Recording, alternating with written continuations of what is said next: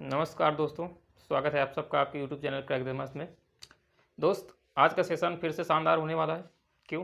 क्योंकि आज एक नए चैप्टर की शुरुआत करते हैं और वो है हमारा नंबर सिस्टम। इसके हर एग्जाम में जो है 2 से 3 क्वेश्चन आपको देखने को मिलेंगे। ठीक है दोस्त, इसको बहुत ही बढ़िया तरीके से इसको समझना है। बहुत सारे भाइयों को बहुत सी दिक्कतें भी होती हैं इसमें, और जो है फार्मूले भूल जाते हैं। कॉन्सेप्ट सबसे अहम चीज़ है, कॉन्सेप्ट मेरे भाई। अगर कॉन्सेप्ट आपको समझ में आएगा तो आपको फिर दोबारा जो है पढ़ने की ज़रूरत नहीं पड़ेगी। एक बार अगर आप कॉन्सेप्ट अच्छे से समझ जाएंगे और जो मेन पॉइंट्स हैं उनको आपको नोट कर लेना है। ठीक है, और जब रिवीजन करना होता है तो उन्हीं को आपको उठा के चेक कर लेना होता है और चैप्टर आपको जो है हमेशा कब तैयार रहेगा। ठीक है दोस्त, तो इसको जो है बहुत ही शुरुआत से समझेंगे, एकदम बेसिक से। ठीक है, तो चलिए शुरुआत करते हैं।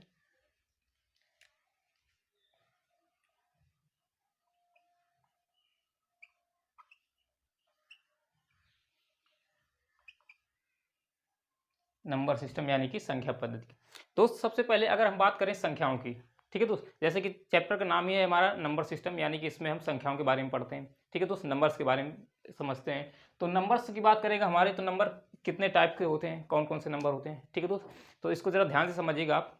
अगर हम बात करें सबसे पहले नेचुरल नंबर की, ठीक है दोस्त, किसकी? नेचुरल नंबर की, यानी कि हिंदी में बोले तो प्राकृतिक संख्याएं।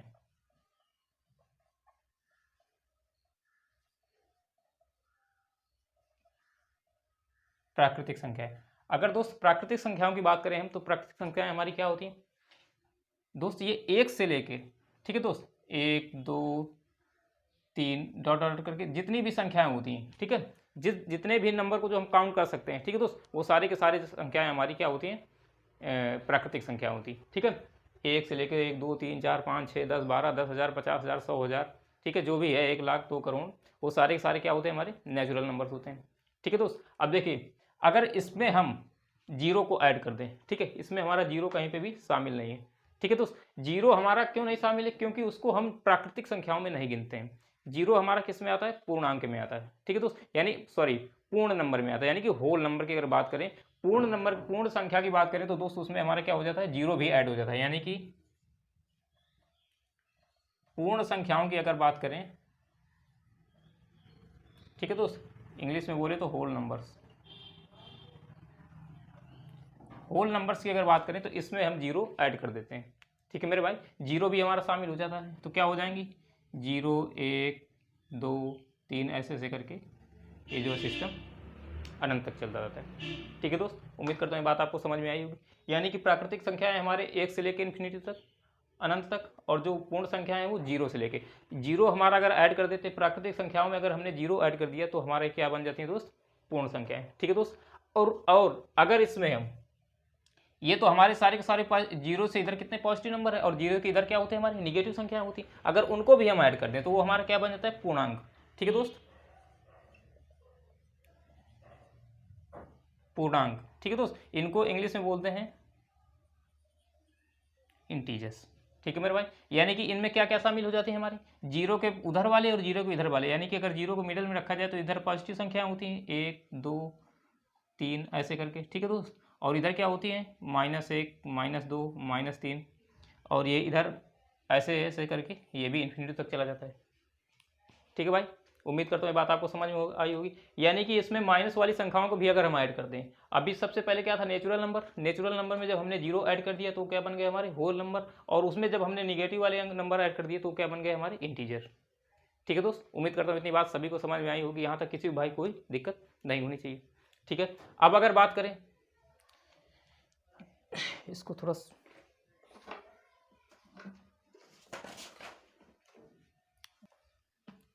ये हमारा इंटीजर है, ठीक है, और ये हमारा इन्फिनिटी से लेके ऐसे ऐसे चलता है। ठीक है, ये माइनस से लेके इधर इन्फिनिटी है, ये प्लस वाला लेके इधर इन्फिनिटी है, यानी अनंत। मतलब यानी कि जीरो से इधर भी चलना है, उधर भी जाना है, प्लस में भी जाना है, माइनस में भी जाना है, सारे के सारे नंबर्स क्या होते हो जाएंगे? हमारे पूर्णांक।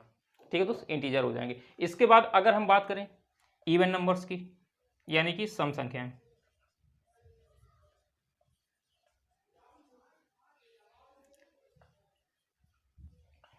इवन नंबर्स की अगर बात करें, इवन नंबर्स लगभग तो सभी लोग जानते होंगे, लेकिन फिर भी एक बार रिवाइज करने के लिए मैं आपको सारी की सारी चीज़ें बता दे रहा हूँ। ठीक है दोस्त, इवन नंबर्स हमारे क्या हो जाते हैं?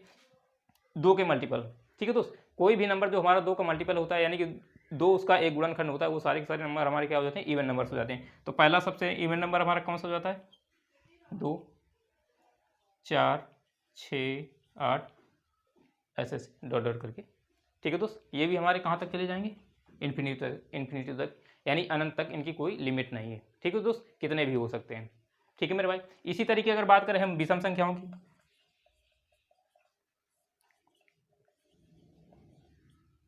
यानी कि ऑड नंबर्स। ठीक है दोस्त, तो ये क्या हो जाते हैं हमारे, 1, यानी कि जो नेचुरल नंबर्स में सम संख्याओं को अलावा जो बचे वो हमारे क्या हो गए, वो विषम संख्या हो गई। यानी कि सम संख्या 2, 4, 6, 8, ये हमारी 3 इधर, ये 4 हो गया, ये 2, 4, 6, 8 ये हमारी विषम सम संख्याएं हो गई। तो जो बचे हुए 1, 3, 5, ठीक है दोस्त, ये हमारी क्या हो गई, विषम संख्या हो गई, 1, 3, 5, और ये भी डॉट डॉट करके कितनी होती है, अनंत तक होती है, कोई लिमिट नहीं इनकी। ठीक है दोस्त, उम्मीद करता हूँ इतनी बात आपको समझ में आई होगी। ठीक है, चलिए आगे देखते हैं।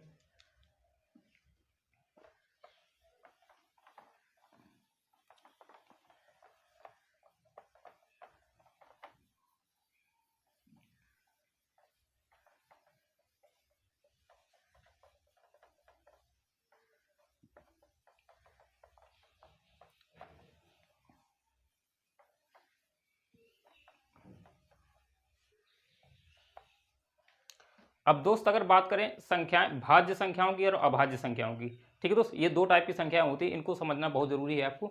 ठीक है, क्योंकि इनका बहुत ज़्यादा यूज होता है। देखिए सबसे पहले अगर बात करें हम भाज्य की, ठीक है, और इधर लिख देते हैं अभाज्य।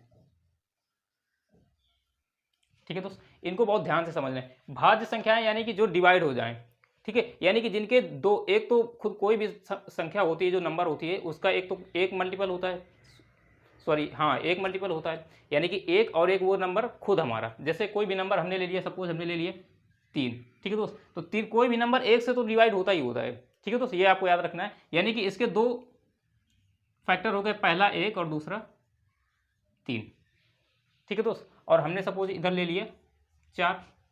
ठीक है, तो इसके कितने फैक्टर हो जाएंगे, एक तो होना ही होना है ऑलरेडी, कोई भी नंबर हो, एक हो गया, दूसरा कौन सा हो गया 2, और तीसरा कौन सा हो जाएगा हमारा 4। एक तो एक हो गया और एक वो खुद संख्या, ये दो तो फैक्टर होते ही होते हैं।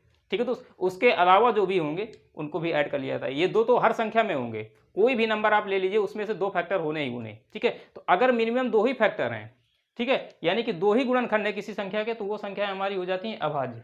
कोई भी ऐसी संख्या जिसका सिर्फ 2 गुणनखंड हो, एक तो एक हो गया, ठीक है, एक तो कंपलसरी होना ही होना है, ठीक है, उसके अलावा दूसरी वो संख्या हो गई। तो ऐसी कोई भी संख्या जिसके 2 ही गुणनखंड हो, एक हो गया, एक तो ये कंपलसरी हो गया और दूसरा वो संख्या खुद, जैसे सपोज हमने ले लिया 5। ठीक है दोस्त, तो इसमें एक हो गया, ये तो कंपलसरी है, और दूसरा खुद संख्या 5 ही हो गई। इसके अलावा कोई भी तीसरा ऐसा नंबर नहीं होगा जो इसको डिवाइड कर सके, ठीक है, 5 को या फिर 3 को। ठीक है दोस्त, इसको बहुत ध्यान से समझ लेना है आपको। यानी कि अगर अभाज्य संख्याओं की बात हम करें तो अभाज्य संख्याओं के केवल और केवल 2 ही गुणनखंड होते हैं। ठीक है, एक तो एक हो गया, ठीक है, पहला एक हो गया और दूसरा खुद वही संख्या। ठीक है, यानी कि जैसे हमने 3 ले लिया, 5 ले लिया, तो एक तो होना ही होना है सब में, वो तो सब में हो, चाहे भाज्य हो चाहे भाज्य हो, एक ऐसा नंबर है जो सबको डिवाइड करता है। ठीक है मेरे भाई, तो एक तो होना ही होना है, उसके अलावा दूसरा कौन सा हो जाता है अभाज्य संख्याओं में, खुद वो नंबर, जैसे 3 है तो 3 हो गया, 5 है तो 5 हो गया, 7 है तो 7 हो गया, 11 है तो 11 हो गया। ठीक दोस्त, तो अभाज्य संख्याओं की जब हम बात करेंगे तो कोई भी ऐसी संख्या जिसके 2 गुणनखंड हो, एक तो एक और दूसरा खुद वो संख्या, ये होती है हमारी अभाज्य संख्याएं। ठीक है दोस्त, दूसरा जब हम भाज्य संख्याओं की बात करें तो इसके 2 से अधिक गुणनखंड, कोई भी ऐसी संख्या जिसके 2 से अधिक गुणनखंड हो जाए, एक तो कंपलसरी एक होना ही होना है, दूसरा हमारा वो संख्या होनी होनी, उसके अलावा अगर एक और फैक्टर शामिल हो गया हमारा, तो वो संख्या हमारी किस में शामिल हो जाती है, भाज्य में। ठीक है, यानी कि ऐसे भी कह सकते हो कि कोई भी अभाज्य संख्या, उसमें से अगर एक कोई नया फैक्टर जो है इंक्लूड हो जाए हमारा, कोई भी नया एक उसका गुणनखंड शामिल कर दें, उसमें ऐड कर दें, तो वो हमारी संख्या भाज्य में शामिल हो जाती है। यानी कि जैसे ये हमारी अभाज्य संख्या है, इसमें अगर हमने सपोज 2 से मल्टीप्लाई कर दिया, 2 हमने इसमें ऐड कर दिया, तो ये हमारा एक फैक्टर इसका एक्स्ट्रा आ गया, यानी कि 2 तो ऑलरेडी थे, 1 और 3, और ये तीसरा भी आ गया हमारा, तो 2 से अगर ज़्यादा जैसे ही हो गए फैक्टर, तो वो हमारी संख्या क्या हो गई, भाज्य हो गई। यानी कि जो 6 बनेगा दोस्त हमारा, ये हमारा 6 क्या होगा, भाज्य संख्या होगी। ठीक है मेरे भाई, इसको बहुत ध्यान से आपको समझ लेना है। यानी कि अभाज्य संख्याएं की संख्याओं की जहाँ भी बात की जाए उसका सिर्फ और सिर्फ एक ही मतलब है कि उसके दो ही गुणनखंड होंगे। एक तो पहला वाला एक हो जाएगा और दूसरा खुद वो संख्या। बस अगर ये दो ही फैक्टर हैं किसी भी संख्या के, तो अभाज्य संख्या होगी। और अगर इन दो के अलावा कोई तीसरा भी फैक्टर शामिल हो गए तो वो क्या जो हो जाएगी, हमारी भाज्य संख्या हो जाएगी। ठीक है दोस्त, उम्मीद करता हूँ इतनी बात समझ में आई होगी। अब चलिए इसके थोड़ा से एक दो एग्जाम्पल भी देख लेते हैं। जैसे अगर बात करें हम, सबसे पहले कुछ संख्याएं मैं लिख देता हूँ, इसमें से आपको जरूरी चीज़ें समझ लेना है। जैसे हमने नेचुरल नंबर ले लिए 1 2 3 4 5 6 7 ऐसे ऐसे करके। ठीक है दोस्त, 8 9 ये नंबर हमने ले लिए। अब इसमें अगर हम भाज्य संख्याओं की बात करें, सबसे पहले जो सबसे पहला वाला नंबर 1, ठीक है, इसको आपको ये समझ लेना है कि ये ना तो भाज्य में इसको लिया जाता है और ठीक ना ही अभाज्य में। ठीक है दोस्त, ये जो एक है हमारा, इसको ना तो भाज्य में काउंट किया जाता है ना ही अभाज्य में।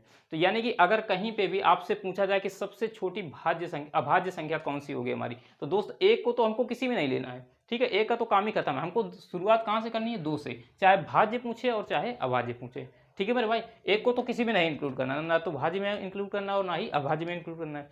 तो यानी कि अगर सबसे छोटी हमको अभाज्य संख्या की बात कर रहा है, तो अगर सबसे पहले देखेंगे हम 2। अगर 2 की बात करेंगे, 2 के हमारे कितने फैक्टर हैं, एक तो 1 हो गया। ठीक है दोस्त, पहला वाला 1 हो गया और दूसरा वाला हमारा क्या हो जाएगा, खुद वही संख्या 2।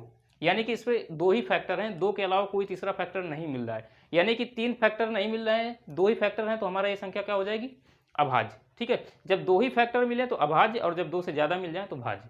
ठीक है दोस्त, अब आगे बात करेंगे 3 की।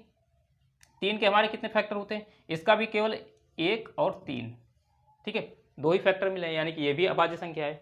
ठीक है, अब बात करेंगे जब 4 की, तो पहले ये 1 को तो किसी में काउंट नहीं किया हमने, 2 की बात किया तो 2 हमारी अभाज्य निकली और 3 भी हमारी अभाज्य निकली। ये दोनों संख्याएं हमारी कैसी निकली,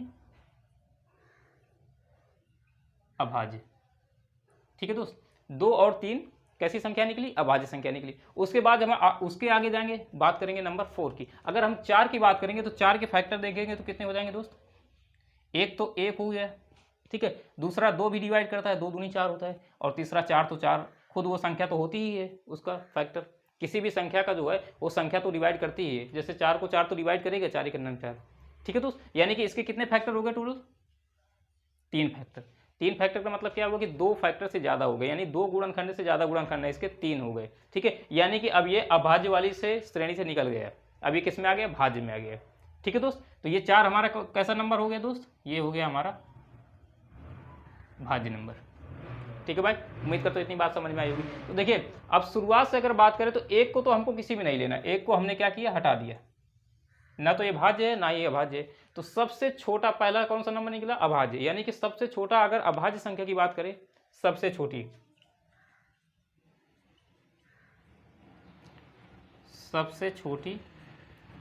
अभाज्य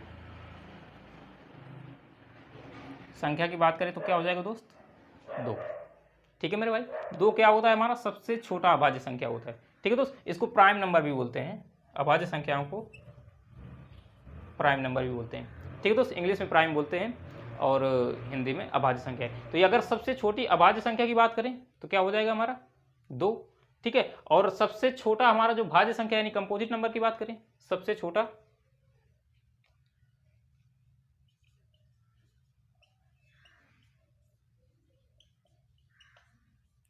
छोटी भाज्य संख्या की अगर बात करेंगे दोस्त, तो ये क्या हो जाएगी हमारी, ये कौन सी हो जाएगी, क्योंकि पहला एक को तो हमको गिनना ही नहीं गिनना है। ठीक है दोस्त, एक तो हमारा ना भाज्य में आता है ना तो अभाज्य में आता है, 2 हमारा किस में आया, अभाज्य में आया, 3 भी हमारा अभाज्य में आया, उसके बाद 4 हमारा किस में आया, भाज्य में। तो सबसे छोटा जो भाज्य संख्या हो जाएगी हमारी सबसे छोटी, वो कितनी हो जाएगी दोस्त, 4। ठीक है भाई, उम्मीद करता हूँ इतनी चीज़ें आपको समझ में आई होंगी, और ये सारे के सारे बहुत ज़रूरी कॉन्सेप्ट थे। ठीक है दोस्त, नंबर्स के बारे में आपको जानना बहुत ज़रूरी है। ठीक है, क्योंकि इनसे क्वेश्चन बहुत ज़्यादा पूछे जाते हैं। नंबर दे देगा आपको, ये 1 से लेकर 20 तक के बीच में जितने भी प्राइम नंबर आते हैं उनका जो है एवरेज बताइए। ठीक है दोस्त, तो जब आपको पता ही नहीं होगा कि कौन कौन से हमारे प्राइम नंबर हैं, तो आप एवरेज कैसे निकाल पाएंगे। ठीक है दोस्त, तो ये इसलिए ये सब चीज़ें आपको जानना बहुत ज़रूरी है। ठीक है मेरे भाई, तो चलिए एक चीज़ और इसमें समझ लेते हैं कि 1 से लेके 100 के बीच में, ठीक है दोस्त, 1 से लेके 100 तक जो हमारे कितने टोटल 25 अभाज्य संख्याएं आती हैं। ठीक है दोस्त, कितने 25 अभाज्य संख्याएं होती हैं। 1 से लेके 100 तक अगर हम काउंट करेंगे तो टोटल कितनी 25 अभाज्य संख्याएं निकलेंगी। और अगर 1 से लेके 50 तक की बात करेंगे, ठीक है दोस्त, 1 से लेके 50 तक की बात करेंगे तो टोटल कितनी 15 अभाज्य संख्याएं होती हैं। ठीक है, इसको आपको याद कर लेना है। ठीक है भाई, ये चीज़ जो है आगे बहुत सारे मतलब ऐसे क्वेश्चन दे देता है तो आपको आसानी होगी, काउंट नहीं करना पड़ेगा। अगर डायरेक्ट आपको याद है तो आप जो है जल्दी से क्वेश्चन सॉल्व कर ले जाएंगे। ठीक है दोस्त, तो चलिए देखते हैं कुछ आगे कॉन्सेप्ट।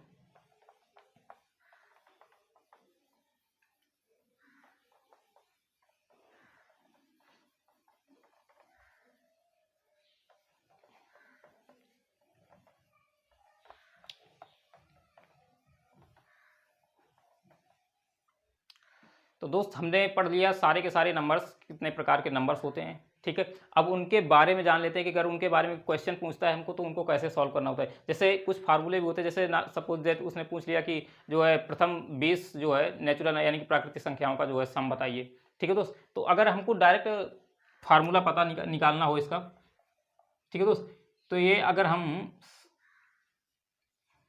ऐसे करके पूछेगा, प्रथम कुछ नंबर दे देगा 10 20 30, तो हम मान लेते हैं n। ठीक है, प्रथम n प्राकृतिक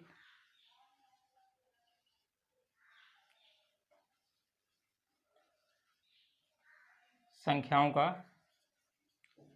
योग, यानी सम की अगर बात करें तो दोस्त ये हो जाता है हमारा, क्या हो जाता है n+1 डिवाइडेड बाई 2। ठीक है दोस्त, क्या हो जाता है n+1/2, यानी कि अगर कह दे प्रथम 20 जो है प्राकृतिक संख्याओं का जो है सम बताइए। ठीक है दोस्त, तो n की वैल्यू कितनी दे दी उसने 20, तो यहाँ पे रख देंगे 20, कितना हो जाएगा हमारा 20 × 20 + 1 कितना हो जाएगा दोस्त 21, और 21/2, यानी कि ये 2 से काटेंगे 10 और 21 धाम 210। ठीक है दोस्त, यानी कि हम निकाल पाएंगे कितना 210 हो जाएगा। प्रथम 20 प्राकृतिक संख्याओं का जो है सम कितना आ जाएगा, योग कितना आ जाएगा 210। ठीक है दोस्त, अगर यहीं पे बात कर दे इनके वर्गों का, अगर यहीं पे पूछ ले ये प्रथम n प्राकृतिक संख्याओं का योग है, अगर ये प्रथम n प्राकृतिक संख्याओं के वर्गों का योग की बात कर दे, ठीक है दोस्त, प्रथम n प्राकृतिक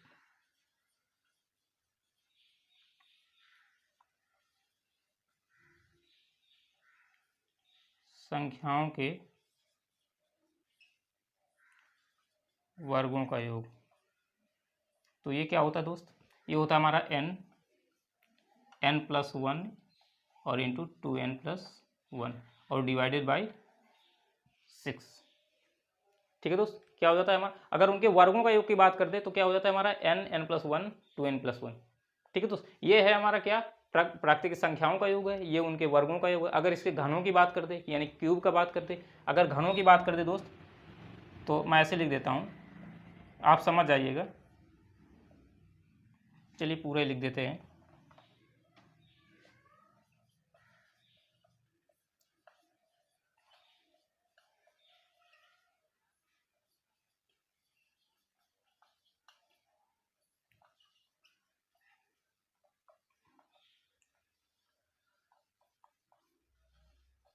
घनों का योग, ये क्या हो जाता है दोस्त, कुछ नहीं होता, ये जो हमारा प्राकृतिक संख्याओं का n प्राकृतिक संख्याओं का जो योग होता है इसको स्क्वायर कर देते हैं तो हमारा घनों का योग आता है, यानी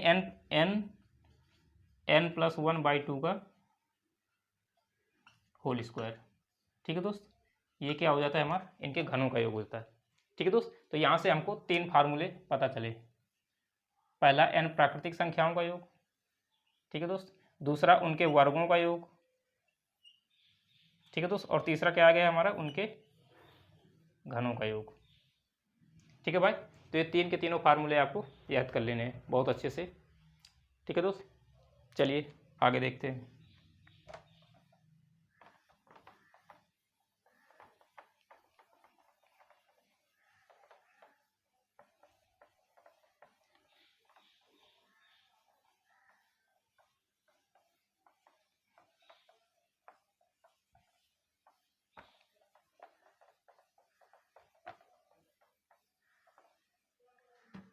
अब दोस्त अगर बात कर दे यहाँ पे, तो हमने प्राकृतिक संख्याओं के बारे में बात की, अगर सम विषम संख्याओं की बात कर दे, उनका योग पूछ ले, ठीक है दोस्त, तो कैसे निकालेंगे, क्या होता है हमारा, उसको भी देख लेते हैं। प्रथम n, अगर विषम संख्याओं की बात करें,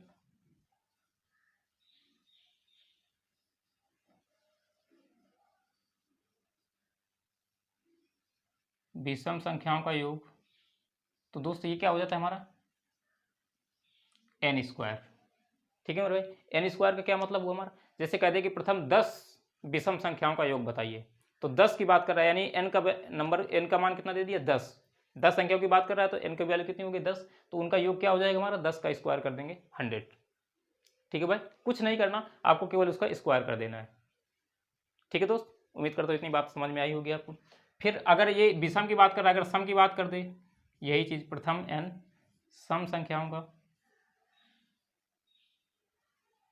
तो क्या हो जाता है हमारा n प्लस 1, यानी आप कह दें कि प्रथम 10 जो है सम संख्याओं का योग बताइए, प्रथम 10 सम संख्याओं की, यानी n की वैल्यू कितनी दे दिया, ये n है, n की वैल्यू कितनी दे दिया 10, तो 10 इंटू 10 प्लस 1 यानी 11, तो 10 इंटू 11 कितना हो जाएगा 110, ठीक है दोस्त, इतनी बात समझ में आई होगी।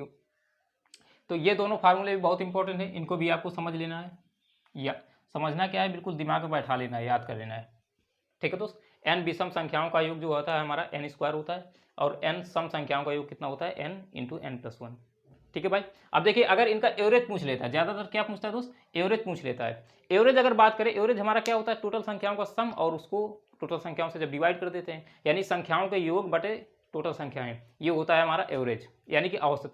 किसी भी नंबर्स का, जो भी नंबर्स दिए हों उनका अगर एवरेज निकालना हो तो क्या करते हैं, उन संख्याओं को पहले ऐड करते हैं, उनका योग निकालते हैं, उसके बाद जितनी संख्याएं हैं उससे डिवाइड कर देते हैं, तो क्या आ जाता है हमारा औसत आ जाता है। यानी अगर इनके औसत की बात करें, ठीक है दोस्त, प्रथम n विषम संख्याओं का, पहले तो सबसे पहले ये देख लेते हैं प्रथम n संख्याओं का औसत क्या होता है हमारा, प्रथम n प्राकृतिक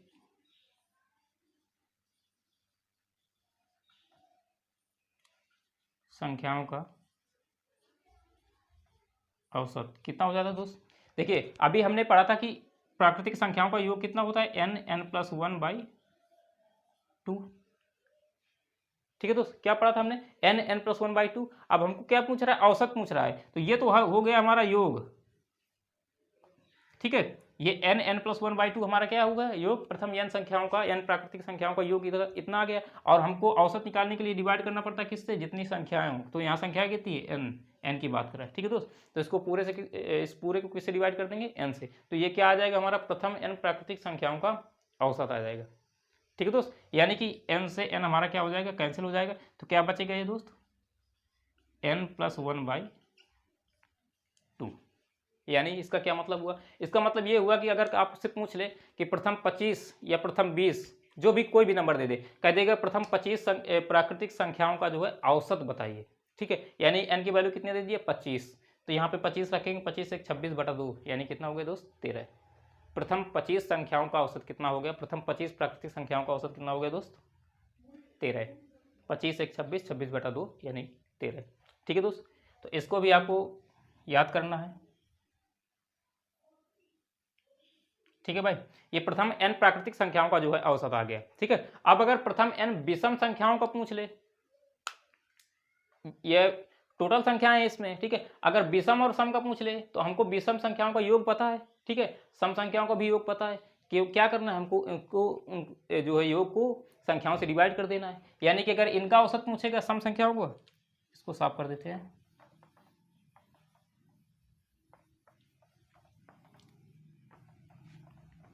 दोस्त अगर प्रथम n विषम संख्याओं का इनका औसत पूछे दोस्त, इनका औसत पूछ ले, तो क्या करना है हमको, इनका योग पता है कितना n स्क्वायर, और इनको डिवाइड करेंगे किससे, टोटल संख्याओं से, यानी n से, एक n से n कैंसिल हो जाएगा, यानी कि कितना बचेगा दोस्त n। यानी कि अगर आपसे पूछ ले कि प्रथम 10 जो है विषम संख्याओं का औसत बताइए, तो वही 10 ही हो जाएगी, जितना नंबर दिया हुआ है हमारा n, यानी 10 दिया हुआ तो 10 ही हो गया, ठीक है। तो प्रथम 20 संख्याओं को, प्रथम 20 विषम संख्याओं का औसत बताइए, तो क्या हो जाएगा 20। प्रथम 30 विषम संख्याओं का औसत बताइए 30, जो भी नंबर दिया हो 10, 20, 30, 50, 52, ठीक है, 8, 5, 13, जो भी दिया हो दोस्त, वही हमारा नंबर हो जाता है क्या, उन विषम संख्याओं का औसत। ठीक है दोस्त, तो यानी कि विषम संख्याओं का औसत हमको पता चल गया कितना, वही नंबर होता है। और अगर सम संख्याओं की बात करें, ये हमारा सम संख्या है, अगर इनके औसत की बात करें दोस्त,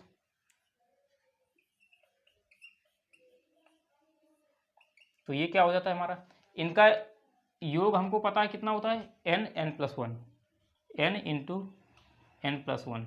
ठीक है, ये संख्याओं का योग पता है। अब इसको डिवाइड कर देंगे किससे, संख्याओं से, टोटल संख्याओं से, तभी तो हमारा क्या आ जाएगा औसत, यानी कि n से n कैंसिल आउट हो जाएगा, तो दोस्त क्या हो जाएगा हमारा n+1। यानी कि अगर सम संख्याओं की बात करें, अगर आपसे पूछ ले कि प्रथम n सम संख्याओं का योग बताइए, सॉरी औसत बताइए, यानी कि अगर कह दे n की जगह कोई भी नंबर दे दे 10, 5, सपोज प्रथम 10 जो है सम संख्याओं का औसत, तो n का मान कितना दिया है 10, 10 1 11, यानी कि विषम संख्याओं का वही हो जाता है और सम संख्याओं का एक बढ़ जाता है। ठीक है दोस्त, अगर प्रथम 10 विषम संख्याओं का जो है औसत पूछेगा तो वह 10 ही हो जाएगा, अगर प्रथम 10 सम संख्याओं का औसत पूछेगा तो वो एक बढ़ जाता है, कितना हो जाता है 10 1 11। ठीक है दोस्त, एक अधिक होता है, सम संख्याओं का औसत विषम संख्याओं के औसत से एक अधिक होता है, यानी कि अगर विषम संख्याओं का औसत जो भी आएगा n है तो n ही रहेगा। ठीक है दोस्त, और सम संख्याओं का औसत n+1 हो जाता है, यानी कि एक बढ़ जाता है। ठीक है दोस्त, तो इसको भी आपको याद करना है। ठीक है दोस्त, ये थे कुछ जरूरी फार्मूले, ठीक है मेरे भाई, जो आपको लर्न करने हैं। ठीक है दोस्त, और ज़रूरी इसलिए है कि ये क्वेश्चन जब आपसे पूछा जाएगा तो इनसे आप डायरेक्ट निकाल पाएंगे। ठीक है मेरे भाई, आप ज़्यादा से ज़्यादा 2 से 3 सेकंड में अगर पूछेगा तो आप जो है क्वेश्चन का आंसर दे पाएंगे, जो है औसत का, प्रथम संख्याओं 10 20 50 जो भी संख्याओं को पूछेगा डायरेक्ट आपको वैल्यू पुट करना है और आंसर बता देना है। ठीक है मेरे भाई, तो कभी कभी ये डायरेक्ट इन वैल्यू पे बेस्ड ही क्वेश्चन पूछ लिए जाते हैं, इसलिए इनको जानना जरूरी है। अब तो खैर ये बहुत बेसिक चीज़ें हो गई है, जानना जरूरी है, जरूरी नहीं कि आपको ऐसे ही डायरेक्ट क्वेश्चन पूछ दे, कभी कभी पूछ भी लेता है। पहले तो पूछते भी थे बहुत ज़्यादा, लेकिन अब थोड़ा लेवल कम हो गया है, मतलब इस टाइप के क्वेश्चन का इनको थोड़ा कम कर दिया है, जो डायरेक्ट पे हैं, थोड़ा कैलकुलेटिव क्वेश्चन पूछने लगा, 2-4 चीज़ें आपको जो है निकालनी पड़ेंगी, ये सब पूछेगा तो आप डायरेक्ट जो है आपको पेन ही नहीं उठाना पड़ेगा। ठीक है दोस्त, लेकिन इनको जानना बहुत ही ज़रूरी है। ठीक है, तो चलिए इसको साफ करते हैं और देखते हैं कुछ कॉन्सेप्ट, वो सवाल भी इन पे बेस्ड जो है क्वेश्चन।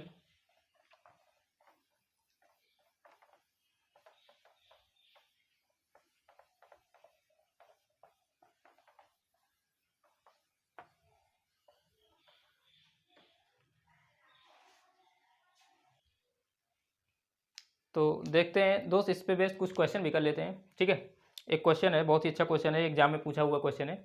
ठीक है भाई, कह रहा है 4 प्राकृतिक संख्याओं में से 3 को क्रमागत लेकर जोड़ने पर योगफल क्रमशः 180, 197, 208 तथा 222 प्राप्त होते हैं। 4 प्राकृतिक संख्याएं दी हुई हैं, कोई भी संख्या हमको नहीं पता। ठीक है, 4 वो दी हुई हैं, उनको कह रहा है 3 को जब तीन को एक साथ लेके जोड़ा जाता है तो उनका जो एक फल आ रहा है, पहले 3 को जोड़ा जा रहा है 180, फिर आगे वाली 3 को 197, ठीक है, फिर आगे ऐसे 3 लेके 208, फिर आगे 3 लेके जो है हमारा 222, ऐसे। तो दोस्त हमने मान लिया, हमने नहीं पता कि वो संख्याएं कौन कौन सी हैं, तो हम मान लेते हैं वो संख्याएं हमारी 4 संख्याएं A, B, C और D हैं। ठीक है, तो अब उसने बोला कि 3 का जोड़ा पेयर बना के जो है उनको ऐड किया जा रहा है। तो पहले क्या है, किसको ऐड किया गया होगा, A + B + C, उसके बाद B + C + D। ठीक है दोस्त, उसके बाद C + D + ये A को लेके, ठीक है, ऐसे ही। यानी कि जोड़ा कैसे बनाया गया हमारा,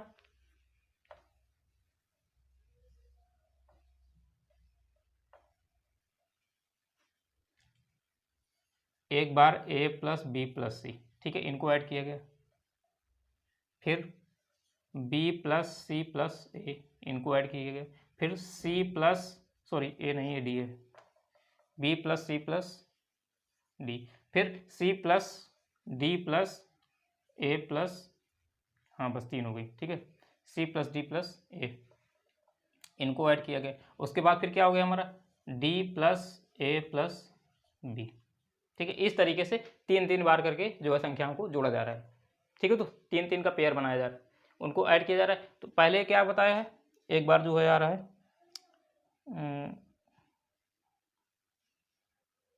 180, 197, 208, 222, 180, 197, 208 और 222। ठीक है दोस्त, ऐसा उसने क्वेश्चन में बोला। अब देखिए हमको A + B 3 की वैल्यू अलग अलग पता है। अगर इन चारों, ये हमने मान लिया कि सपोज ये 4 इक्वेशन हो गए, फर्स्ट, सेकेंड, थर्ड एंड 4। इनको हमने 4 इक्वेशन नाम दे दिया। ठीक है दोस्त, अब इन चारों इक्वेशन को जब हम आपस में ऐड करेंगे तो क्या हो जाएगा हमारा, देखिए ए एक बार इसमें आया, एक बार इसमें आया, एक बार इसमें आया, 3 बार ए आ रहा है। ठीक है, बी एक बार इसमें, एक बार इसमें और एक बार इसमें, 3 बार बी आ रहा है। ठीक है दोस्त, वैसे सी एक बार इसमें, एक बार इसमें, एक बार इसमें, 3 बार सी, यानी कि सारे के सारे नंबर्स हमारे 3-3 बार आ रहे हैं। ठीक है दोस्त, कितनी बार आ रहे हैं, 3-3 बार, यानी कि इनको जब ऐड करेंगे तो इधर कितना हो जाएगा हमारा, 3 into A plus B plus C plus D. ठीक है दोस्त, और इधर कितना हो जाएगा हमारा, इसको जब ऐड करेंगे तो 8 7 15 2 17 1, तो 9 1 10 8 18 18 2 20, यानी कि 2। ठीक है दोस्त, 2 2 4 और 4 4 8, 807, यानी कि 3 टाइम्स आप A plus B plus C plus D की वैल्यू कितनी पता चल गई, 807। अब इसको 3 से जब कैंसिल आउट करेंगे तो कितना हो जाएगा, 3 दूनी 6, 3 6 18 और 3 9 27, यानी 269। A plus B plus C plus D, यानी कि चारों की संख्याओं का जो हमको योग पता चल गया कितना दोस्त, 269। अब हमको ए प्लस बी प्लस सी की पता है। ठीक है, प्रथम 3 का, इनका ए प्लस बी प्लस सी का पता है कितना दोस्त, 180। 180 को जब इसमें इधर जाके सब्ट्रैक्ट करेंगे इसमें से, तो किसकी वैल्यू पता चल जाएगी हमको, डी की। ठीक है दोस्त, किसकी पता चल जाएगी, डी की, यानी 180 269 में जब हम 180 घटा देंगे तो कितना बचेगा दोस्त, 299। ठीक है, 289, ये कितना हो जाएगा, सॉरी 289 करें, केवल 89। ठीक है दोस्त, कितना हो जाएगा हमारा, 89। ठीक है दोस्त, 180 में जब 89 आप ऐड कर देंगे तो कितना हो जाएगा हमारा, 269।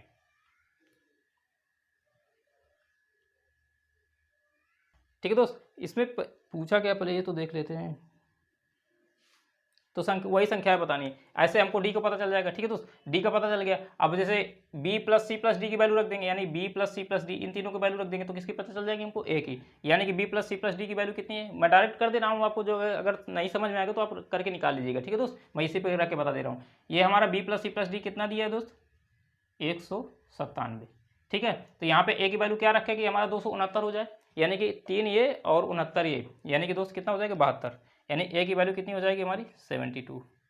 ठीक है दोस्त, डी की कितनी हो गई, 89, ए की कितनी हो जाएगी, 72। देखिए ए और डी किसी में है, ए और डी। ठीक है, इनकी वैल्यू हमको पता चल गई कितनी, 72 और 89। 72 89 यहाँ पे रखेंगे तो बी की वैल्यू पता चल जाएगी। ठीक है दोस्त, ए की भी पता चल गई, बी की भी पता चल गई, और यहाँ पे रख देंगे तो सी की पता चलेगी, यानी कि ऐसे ही रख के जो है ए बी सी डी की सबकी वैल्यू निकालेनी। तो कुल मिला के मकसद क्या था हमारा, कि हमको इतना कॉन्सेप्ट समझना था कि इन चारों संख्याओं को जब हम ऐड कर देंगे तो ये 3 times of A plus B plus C D plus D बन जाएगा, और वहाँ से हम एक इक्वेशन जो हमको सबसे मेन इक्वेशन है वो यही पता चलेगा कि A plus B plus C plus D, यानी कि A plus B plus C plus D, ये हमको पता चल जाएगा कितना दोस्त, 807। बस यहीं से हम सबकी ए प्लस बी प्लस सी की वैल्यू निकाल लेंगे। ठीक है दोस्त, तो चलिए देखते हैं नेक्स्ट क्वेश्चन की बात करें। ठीक है दोस्त, तो देखते हैं इसका नेक्स्ट क्वेश्चन हमारा क्या करा 3 से विभाजित होने वाली 3 क्रमागत प्राकृतिक संख्याओं का योग 72 है, तो इनमें से सबसे बड़ी संख्या बतानी है। करा कि 3 से विभाजित होने वाली और 3 क्रमागत जो है विषम संख्याओं का, तो हमने मान लिया कि अगर पहली संख्या सबसे छोटी संख्या x है तो 3 से विभाजित होने वाली संख्याओं की बात कर रहा है, यानी कि अगली कौन सी होगी हमारी, x प्लस 3। संख्याओं में 3 3 का गैप होना चाहिए। ठीक है दोस्त, तभी तो 3 से डिवाइड होगी। ठीक है, तो अगर पहली संख्या x है और क्रमागत की बात कर रहा है, यानी कि अगर पहली x है तो अगली क्या हो जाएगी, x प्लस 3, फिर अगली उसके अगली वाली कौन सी हो जाएगी, फिर 3 बढ़ जाएगा, यानी x प्लस 6। ठीक है दोस्त, तो कह रहा है इन तीनों संख्याओं का योग दे दिया, कितना दे दिया दोस्त, इन तीनों संख्याओं का योग दे दिया है 72। ठीक है दोस्त, यानी x plus 3 plus x plus 6 equal to कितना दे दिया, 72। तो इनको जब ऐड करेंगे तो ये कितना हो जाएगा, 3x प्लस 9 इक्वल टू 72।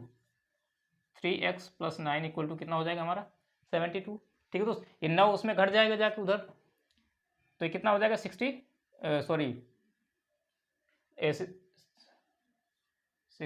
ये हो जाएगा, और इधर कितना बचेगा हमारा 3x, और 3 से जब इसको कैंसिल आउट कर देंगे तो कितना हो जाएगा हमारा 21 तिरका 63, यानी कि जो सबसे छोटी वाली नंबर है, सबसे छोटी संख्या है दोस्त, वो हमारी कितनी आ जाएगी 21, और सबसे बड़ी वाली कितनी आ जाएगी हमारी 21 प्लस 6, यानी कि ये कितना हो जाएगा दोस्त हमारा 27।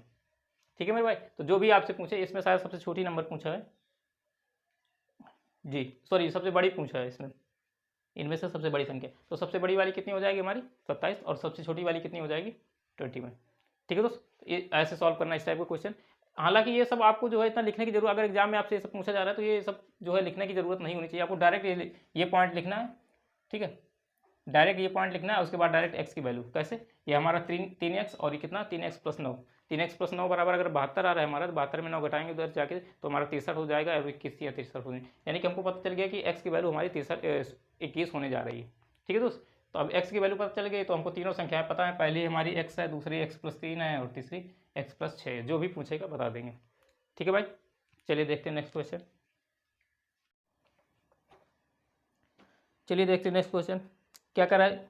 3 क्रमागत समपूर्णांकों के, सॉरी इसके पहले एक और है उसको देखते हैं। 3 क्रमिक पूर्णांकों के वर्गों का योग जो है 2030 दिया हुआ है, तो बीच वाला पूर्णांक बताना है। ठीक है, तो 3 क्रमागत पूर्णांक दिए हुए हैं, क्रमागत पूर्णांक की बात कर रहा है, तो अगर पहला वाला x मानेंगे तो अगला क्या हो जाएगा हमारा x + 1 और उसके अगला क्या हो जाएगा दोस्त x + 2। ठीक है दोस्त, क्रमागत पूर्णांक क्या हुआ है हमारे x + 1 x + 2 और इनके वर्गों का योग दिया हुआ है। क्या दिया हुआ है, वर्गों का योग, यानी कि x का स्क्वायर प्लस x + 1 का स्क्वायर प्लस x + 2 का स्क्वायर।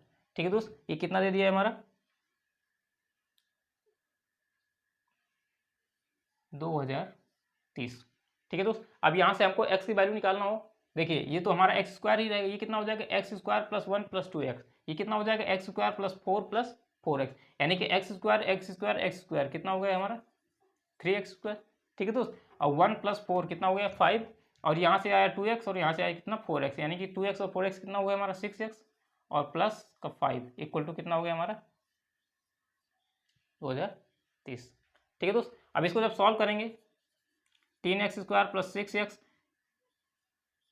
ये इधर आएगा माइनस में, ये कितना हो जाएगा 2025 = 0। ठीक है दोस्त, ये हमारा बन गया क्या क्वाड्रेटिक इक्वेशन। ठीक है दोस्त, क्वाड्रेटिक इक्वेशन बन गया। अब इसमें से क्या करेंगे, इसको सॉल्व करके हम किसकी निकालेंगे x की वैल्यू निकालेंगे। तो देखिए इसको, या तो आप अगर क्वाड्रेटिक सॉल्व करने में बहुत एक्सपर्ट हैं तो सही है, वरना इसमें काफ़ी आपको जो है टाइम लग जाएगा। ठीक है दोस्त, काफ़ी टाइम इसमें आपको लग जाएगा, तो इसका एक दूसरा तरीका मैं बता देता हूँ आपको, जो है एग्जाम में जो आपको बहुत ज़्यादा टाइम बचाएगा। ठीक है मेरे भाई, वैसे अगर इसको अगर सॉल्व करेंगे तो बहुत टाइम जो है वेस्ट होगा आपको, तो आप जो है इस टाइप के नंबर्स ना ही मान करके, ठीक है, अगर जहाँ पर भी क्रमिक की बात करें, ठीक है, क्रमागत की बात कर ले, तो वहाँ आपको अगर 3 नंबर मानने हैं, 2 मानने हैं, 4 मानने, तो इस टाइप के नंबर मान लीजिए। जैसे अगर 3 नंबर की बात करें तो आप मान लीजिए a-1, ठीक है, a और a+1। ठीक है दोस्त, ये भी तो हमारे क्रमागत नंबर है, एक एक बढ़ता जा रहा है। ठीक है मेरे भाई, इससे आपको आसानी क्या हो जाएगी कि इनका स्क्वायर, जो क्या बोलते हैं ये x वाला टर्म है ना, ये कैंसिल आउट हो जाएगा, केवल स्क्वायर वाला बचेगा। ठीक है मेरे भाई, तो उसमें से आपको जो है ये क्वाड्रेटिक इक्वेशन नहीं बनेगी, डायरेक्ट आप जो है वर्गमूल निकालेंगे। ठीक है मेरे भाई, तो अगर इसको इनके तीनों को स्क्वायर को जब आप ऐड करेंगे मेरे भाई, तो ये क्या हो जाएगा हमारा a-1 का होल स्क्वायर और a+1 का होल a² और a+1 का होल स्क्वायर। तो a-1 के होल स्क्वायर में से माइनस का 2a आएगा और a+1 के होल स्क्वायर में से प्लस का 2a आएगा, तो माइनस का 2a प्लस का 2a कैंसिल आउट हो जाएगा, यानी कि कितना बच जाएगा दोस्त, ये 3a²। ठीक है, और प्लस का हमारा प्लस का 1 इसमें आएगा, प्लस का 1 इसमें आएगा, कितना आ जाएगा 2 = कितना हो जाएगा हमारा 2030, और 2030 में से 2 उधर घट जाएगा तो 2000 कितना बच जाएगा दोस्त 28। ठीक है भाई, अब देखिए इसको 3 से जब कैंसिल आउट कर देंगे, ये 3 × 18 2, 3 × 7 21 और 3 × 18 676, यानी कि a² की वैल्यू डायरेक्ट हमको पता चल गई 676, यानी कि 676 हमारा किसका स्क्वायर होता है, ये होता है हमारा 26 का। ठीक है मेरे भाई, डायरेक्ट हमको a की वैल्यू पता चल गई 26, तो पहली संख्या क्या हो गई हमारी 25 और दूसरी क्या हो जाएगी 26 और तीसरी क्या हो जाएगी 27। ठीक है दोस्त, सबसे आसान तरीका मैंने आपको बताया है, इससे आप जो है बहुत आसानी से क्वेश्चन सॉल्व, इस क्वाड्रेटिक को सॉल्व करने में हो सकता है आप बहुत ज़्यादा टाइम लगा दें और उसके बाद आंसर भी ना निकल पाए। ठीक है मेरे भाई, तो आपको कौन सा तरीका अपनाना है, ये वाला। ठीक है दोस्त, अगर 3 नंबर्स की बात करें, अगर 4 नंबर्स की बात कर दे, ठीक है दोस्त, अगर 4 नंबर्स की बात कर दे तो इसमें हमको ऐसा जो है गैप रखना कि एक एक, अगर क्रमागत की बात करें, अगर सम विषम की बात करें तो वो 2 के गैप पे आते हैं। ठीक है मेरे भाई, नंबर जो हमारे सम और विषम वाले होते हैं, हर जो है सम नंबर दो के गैप में आता है, हर विषम नंबर जो है 2 के गैप में आता है, और जो क्रमागत वाले नंबर्स होते हैं, नेचुरल नंबर्स होते हैं, वो एक एक गैप में आ जाते हैं। ठीक है मेरे भाई, क्रमागत की बात करें। ठीक है दोस्त, तो जब क्रमागत की बात करें तो 1 का गैप रखना है, और जब जो है सम विषम की बात करें तो 2 का गैप रखना है। ठीक है मेरे भाई, तो इस टाइप के नंबर्स आपको मानने हैं, जिससे कि जो है डायरेक्ट हमारा ऐड करने पे ये वाला एक्स वाला जो पोर्शन है, यानी कि एक पद वाला जो है, क्या बोलते हैं इसको, एक घात वाला है, जो कैंसिल हो जाए, डायरेक्ट 2 घात वाले ऐड मिलके जो है ऐड करके बनाए नंबर, तो उसका हम डायरेक्ट जो है स्क्वायर निकाल लेंगे। ऐसे में बनेगा हमारा क्वाड्रेटिक क्वेश्चन, और इसको सॉल्व करने में बहुत दिक्कत होगी। ठीक है मेरे भाई, क्योंकि बहुत बड़ी इक्वेशन बन रही है। ये इक्वेशन क्या बड़ी बन रही है, ये जो नंबर है हमारा, ठीक है, इसको 3 से मल्टीप्लाई करेंगे, फिर उसको ऐसे डिवाइड करेंगे कि जो है सब्ट्रैक्ट करने में हमारा 6x आए। ठीक है मेरे भाई, तो ये इसमें बहुत दिक्कत होगी आपको, तो आपको तरीका जो है इस तरीके के एग्जाम में अपनाने जो है क्वेश्चन को सॉल्व करने में। ठीक है दोस्त, तो चलिए उम्मीद करते हैं कॉन्सेप्ट सारे के सारे आपको समझ में आए होंगे। इस ऐसे धीरे धीरे आगे जितने भी चैप्टर हमारा काफ़ी बड़ा है, इसमें बहुत सारे कॉन्सेप्ट है, तो एक बार में ना समझ के अगर थोड़े थोड़े 2 3 3 4 4 कॉन्सेप्ट डेली समझेंगे ना, तो बहुत अच्छे से समझ में आएगा और आसानी से हमारा चैप्टर कंप्लीट हो जाएगा। ठीक है दोस्त, तो चलिए मिलते हैं नेक्स्ट क्लास में। Thank you.